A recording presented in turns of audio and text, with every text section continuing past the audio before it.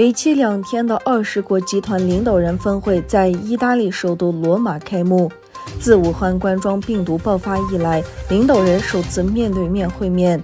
不过，中国国家主席习近平和俄罗斯总统普京通过视频出席峰会。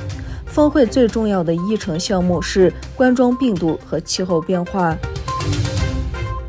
俄罗斯外交部发言人玛利亚·扎哈罗娃宣布，未来几个月，美国将再要求55名俄罗斯外交官和行政技术人员离开该国，外交方面的局势进一步恶化。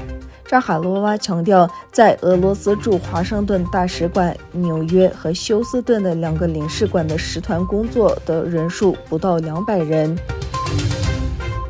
中国首都北京的机场取消了中国各地的数百个航班，并收紧了旅行条件，以防止新型冠状病毒病例数量增加。当局正在考虑是否在2月北京奥运会开幕前几个月冒这个险。美国总统拜登与法国总统马克龙在罗马G20峰会开幕前夕，不遗余力向世人展示法美终归于好，核潜艇危机已经过去。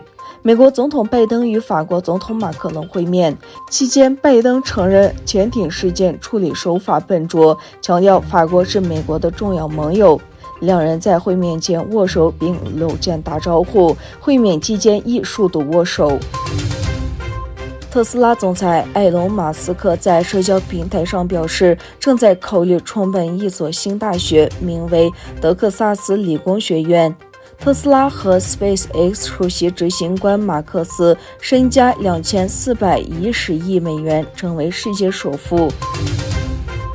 塔利班发言人兼临时政府文化部副部长扎比胡拉·穆扎希德在阿富汗首都喀布尔政府新闻中心举行的新闻发布会上发表讲话。穆扎希德呼吁美国重新启用其驻喀布尔大使馆。他说：“我们希望发展与全世界，尤其是美国的外交关系。”今年是从土耳其到德国的劳务移民协议签署60周年。